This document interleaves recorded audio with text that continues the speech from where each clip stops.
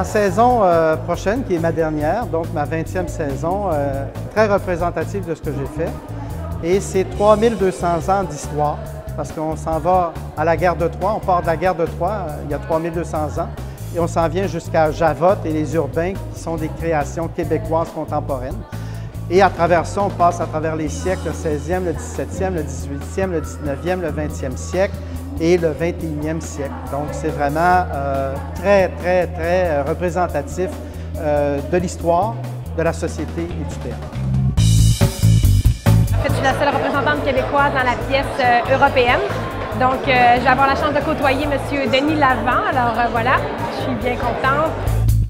En fait, on reprend le spectacle Les Trois Mousquetaires. Je reprends mon rôle d'Athos, que j'ai beaucoup aimé jouer. Mais non, c'est juste que c'est un personnage il y a une profondeur, il y a une histoire, il porte un drame. Évidemment, c'est un petit peu un rêve de petit gars de jouer ça d'Artagnan dans sa vie. J'avais vu cette pièce-là quand j'étais au secondaire. C'est de partir du petit village, de débarquer en ville, d'avoir à tailler sa place, de lutter puis de devenir un champion. Il y aura combat de cap et d'épée, il y aura chant, jeu masqué. On est en train de faire une remouture, c'est la deuxième fois qu'on le reprend. Donc, on l'avait fait il y a 7 ans maintenant. Nouvelle réécriture, nouvelle mise en scène, nouveaux costumes, ça. Même la distribution change un peu. La production qu'on va présenter cette année diffère et ne diffère pas en fait de ce qu'on a fait en 2007, c'est-à-dire qu'on reprend exactement les mêmes thématiques, c'est-à-dire celle de l'oubli, de la perte de mémoire, et ensuite on fait la leçon. Ça, on le fait dans le même format, c'est-à-dire qu'on invite les spectateurs à piger qui va jouer le professeur et l'élève à chaque soir. Pour moi, c'est comme toujours revenir dans mon espace fondateur où j'ai appris à lire le théâtre, à décortiquer le théâtre, à aimer le théâtre. Alors pour moi, Le Barbier de Séville, c'est une pièce qui s'apparente au conte de fées, mais c'est important aussi d'aller vers quelque chose d'un peu plus étrange parce qu'on s'adresse à une clientèle adolescente qui en a déjà vu du Walt Disney et qui veut passer à autre chose. Pour moi, Le Barbier de Séville s'apparente beaucoup plus à La Belle et la Bête de Cocteau, par exemple, où on a un univers un peu plus sombre, un peu plus étrange.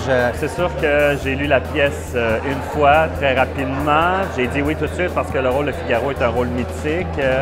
C'est un valet qui a upgradé finalement, qui est rendu barbier de Séville, justement pour le nom de la pièce, et qui sert aussi, qui est chirurgien aussi en même temps.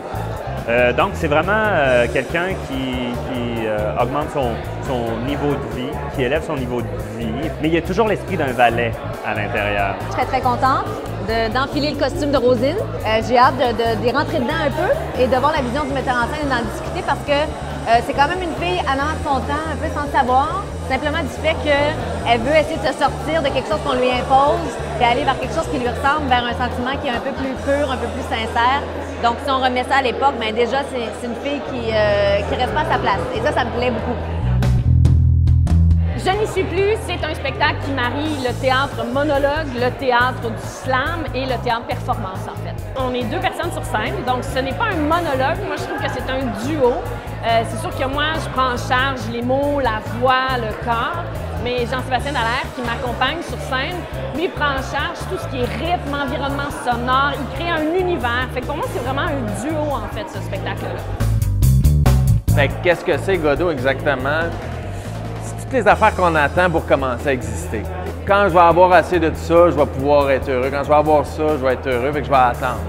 Mais c'est une pièce fascinante et belle et magnifique. C'est ce que j'aime. L'inspecteur Malo cherche à savoir qui est ce Ionesco. Il va réussir en tout cas il va partir sur des pistes, mais presque toujours, on va se rendre compte que les travers de l'homme se retrouvent en chacun. Puis il va finalement se confronter à lui-même. Alors comme on fait évidemment quand on évolue dans la vie. C'est le paradoxe qui existe entre la renommée de Camus, qui est quand même célébré dans le monde entier, et le fait qu'on lui reproche toujours de ne pas avoir accepté l'indépendance de l'Algérie.